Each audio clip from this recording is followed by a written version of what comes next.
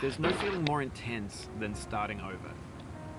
If you deleted your homework the day before it was due, as I have, or if you left your wallet at home and you have to go back after spending an hour in the commute. If you won some money at the casino and then put all your winnings on red but it came up black. If you got your best shirt dry cleaned before a wedding and then immediately dropped food on it. If you won an argument with a friend and then later discovered that they just returned to the original view. Starting over is harder than starting up. If you're not ready for that, like if you've already had a bad day, then what you're about to go through might be too much. Feel free to go away and come back. I'll be here. Alright, thanks for coming with me on this trip. I'll understand if you have to take a break at any. Just find a safe place to stop, quit the game. Don't worry, I'll save your progress, always, even your mistakes. This game is a homage to a free game that came out in 2010 called Sexy Hiking. The author of that game was Jason, a mysterious Czech designer who was known at the time as the father of B games. B games are rough assemblages of found objects. Designers slap them together very quickly and freely, and they're often too rough and unfriendly to gain much of a following. They're built more for the joy of building them than as polished products. In a certain way, Sexy Hiking is the perfect embodiment of a B game. It's built almost entirely out of found and recycled parts, and it's one of the most unusual and unfriendly games of its time. In it, your task is simply to drag yourself up a mountain with a hammer. That act of climbing, in the digital world or in real life, has certain essential properties that give the game its flavor. No amount of forward progress is guaranteed. Some cliffs are too sheer or too slippery, and the player is constantly, unremittingly in danger of falling and losing everything. Anyway, when you start Sexy Hiking, you're standing next to this dead tree that blocks the way to the entire rest of the game. It might take you an hour to get over that tree. A lot of people never got past it. Prod and poke at it, exploring the limits of your reach and your strength, trying to find a way up and over. There's a sense of truth in that lack of compromise. Most obstacles in video game worlds are fake. You can be completely confident in your ability to get through them once you have the correct method or the correct equipment or just by spending enough time. In that sense, every pixelated obstacle in Sexy Hiking is real. The obstacles in Sexy Hiking are unyielding, and that makes the game uniquely frustrating. But I'm not sure Jazuo intended to make a frustrating game. The frustration is just essential to the act of climbing, and it's authentic to the process of building a game about climbing. A funny thing happened to me as I was building this game. I'd have an idea for a new obstacle, and I'd build it, test it, and it would usually turn out to be unreasonably hard. But I couldn't bring myself to make it easier. It already felt like my inability to get past the new obstacle was my fault, as a player rather than as a builder. Imaginary mountains build themselves from our efforts to climb them, and it's our repeated attempts to reach the summit that turns those mountains into something real. When you're building a video game world, you're building with ideas, and that can be like working with quickset cement. You mold your ideas into a certain shape that can be played with, and in the process of playing with them, they begin to harden and set until they're immutable like rock. And at that point, you can't change the world, not without breaking it into pieces and starting fresh with new ideas. For years now, people have been predicting that games would soon be made out of prefabricated objects, bought in a store and assembled into a world. And for the most part, that hasn't happened, because the objects in the stores are trash. I don't mean they look bad or that they're badly made, although a lot of them are. I mean they're trash in the way that food becomes trash as soon as you put it in the sink.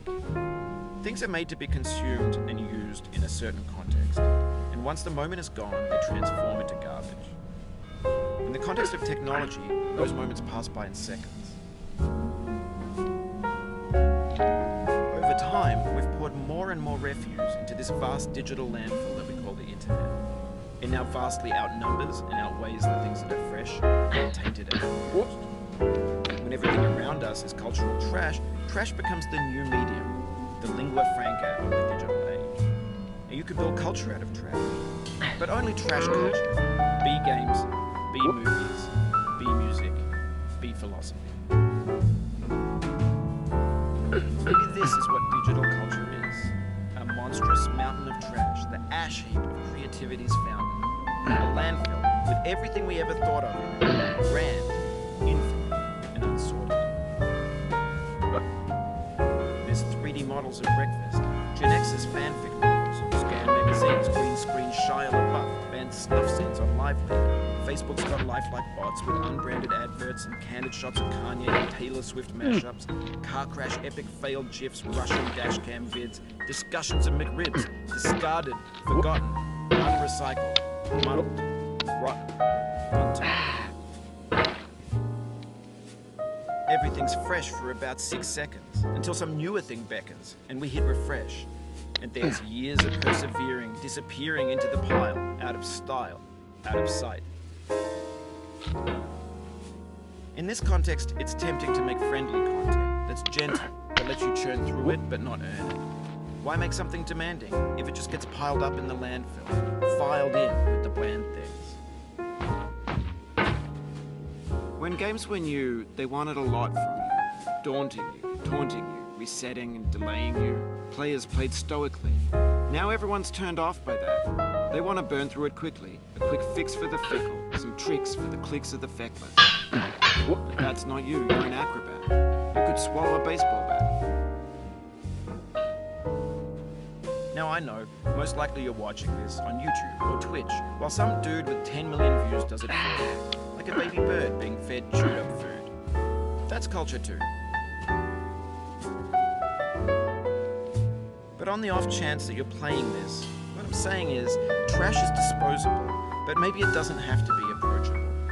What's the feeling like? Are you stressed? I guess you don't have to if you got this far, feeling frustrated. It's underrated. An orange is sweet, juicy fruit, locked inside a bitter pea. That's not how I feel about a challenge. I only want the bitterness. It's coffee, it's grapefruit, it's licorice. It feels like we're closer now, composer and climber, designer and user. You could have refused, but you didn't. There was something in you that was hidden, that chose to continue. It means a lot to me that you've come this far, endured this much. Every wisecrack, every insensitivity, every setback you've forgiven me is a kingly gift that you've given me.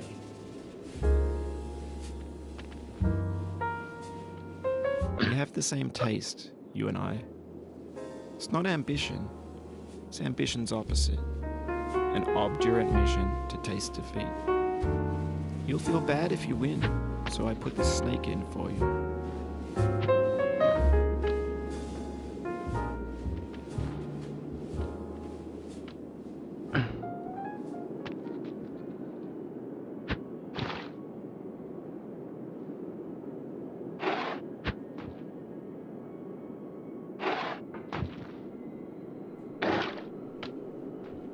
Have you thought about who you are in this?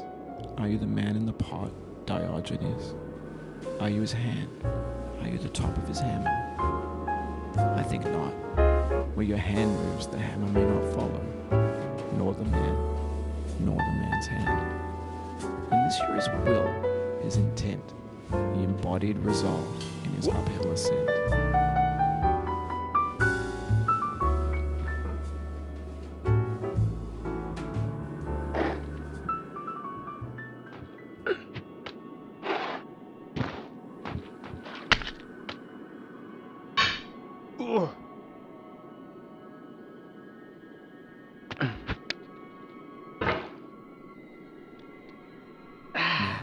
You've conquered the ice cliff, the platforms, the church, and the rectory, the living room and the factory, the playground, the construction site, the granite rocks, and the lakeside.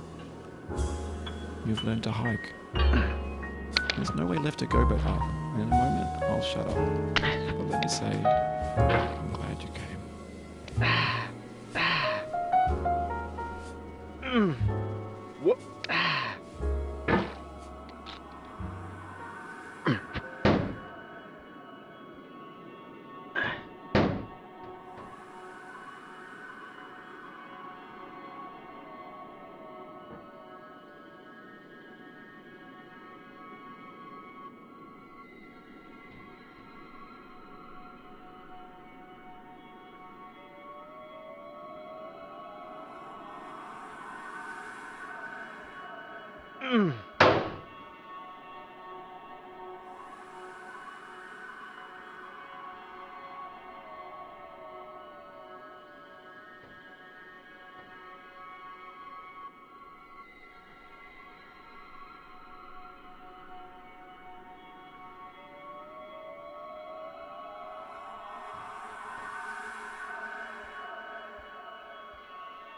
Oh no.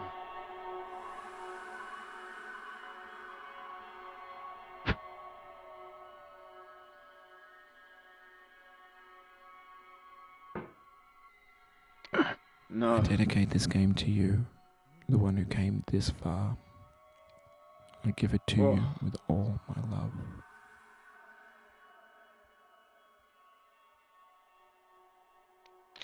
Mm.